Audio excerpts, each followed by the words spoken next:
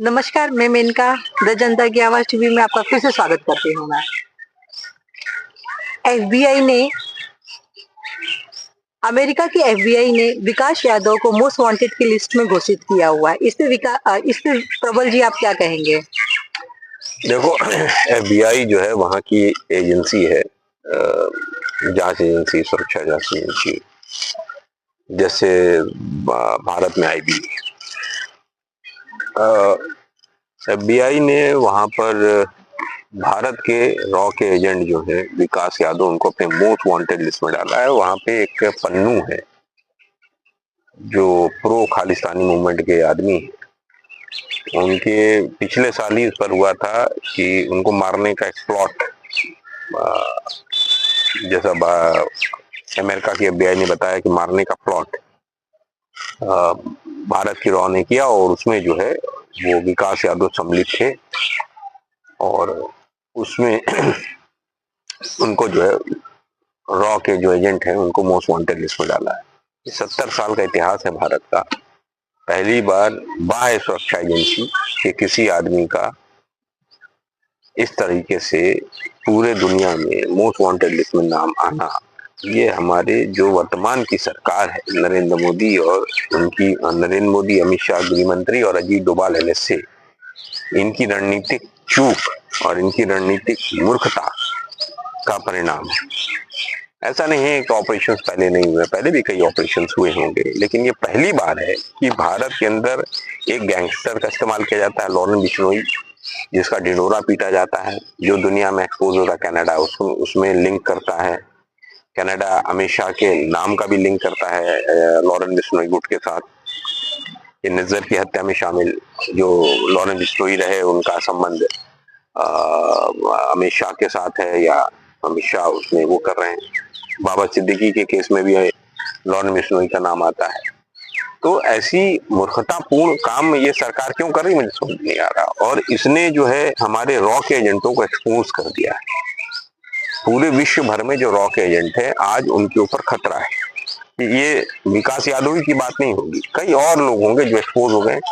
विकास यादव तो चलिए most wanted list में आ गए, लेकिन बाकी और रॉ का जो रणनीतिक हमारा मसला था, जो हमारे एजेंट्स काम कर रहे हैं, जासूस काम कर रहे हैं विश्व भर में, या काफी देशों में कर रहे होंगे, जो हमारे देश के लिए इनपुट्स निकाल के लाते हैं, अपनी जान को जोखिम में रख के लाते हैं कि हमारे ऊपर अगर कोई खतरा है, विदेशी खतरा है, तो उसको हमारे देश की सुरक्षा एजेंसियों को बताते हैं। आज उनकी उनकी जान को खतरा हो गया।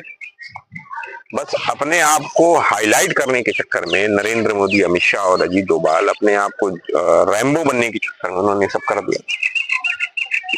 ये तो एक तरीके से देशद्रोह कि आप अपने ही लोगों की जान को खतरे में डाल दिए। और अगर अब विकास यादव को प्रत्यर्पण संधि के अंतर्गत अगर आपको वहां प्रत्यर्पण देना हुआ, तो कितना देश का नुकसान होगा, कितनी देश की बेइज्जती होगी, भारत की बेइज्जती कराने वाला काम कर रहे हैं। मुझे लगता है इसके लिए नरेंद्र मोदी, अमित शाह और अजीत डोभाल को माफी मांगनी चाहिए, और अजीत डोभाल को इस्तीफा भी देना चाहिए, क्योंकि ये रणनीतिक चूक है, ये भारत की सुरक्षा के साथ चूक है। अगर आपकी रणनीति एक्सपोज हो रही है और वो पूरा एक्सपोज होकर पूरे दुनिया भर में चल रहा है, तो ये बहुत बड़ा खतरा है। हमारे वो सारे लोग जो काम कर रहे थे, पिछले 30-40 साल से काम कर रहे होंगे विश्व के तमाम, हो सकता है उनका नाम भी एक्सपोज हो जाए, फिर क्या होगा? कौन सा अधिकारी या कौन सा वो जाएगा अपनी जान को जोखिम में लगाकर भारत के लिए सुरक्षा का काम करेगा विश्व भर में? और एक गैंगस्टर का इस्तेमाल सरकार क्यों कर रही है? लॉरेंस बिश्नोई जैसे गैंग का इस्तेमाल क्यों कर रही है, जो भारत के अंदर ही अपने आप को रैंसम मांग रहा है और ये कर रहा है? ऐसा कहीं होता है क्या?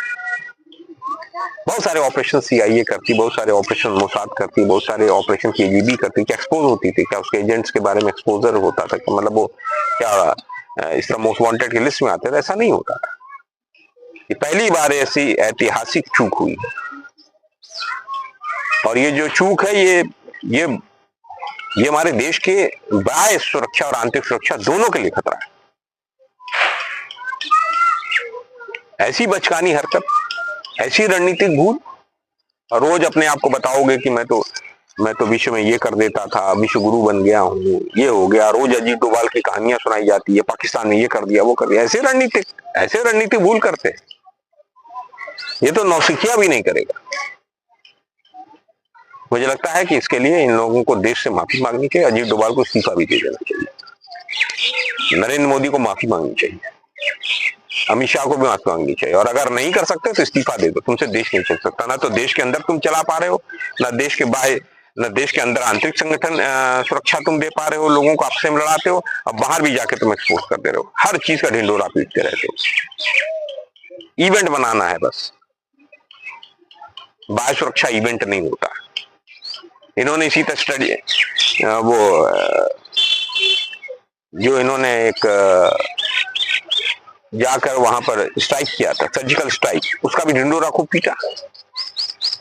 उसमें जो लोग इन्वॉल्व थे उनकी जान को खतरा कर दिया होगा इन्होंने।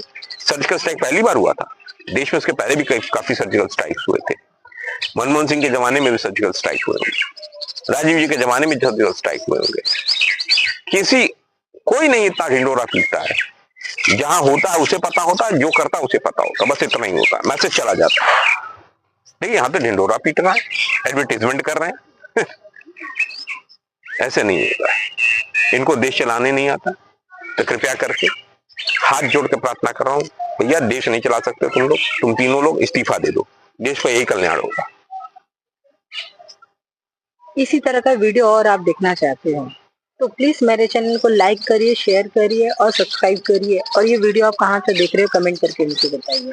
धन्यवाद।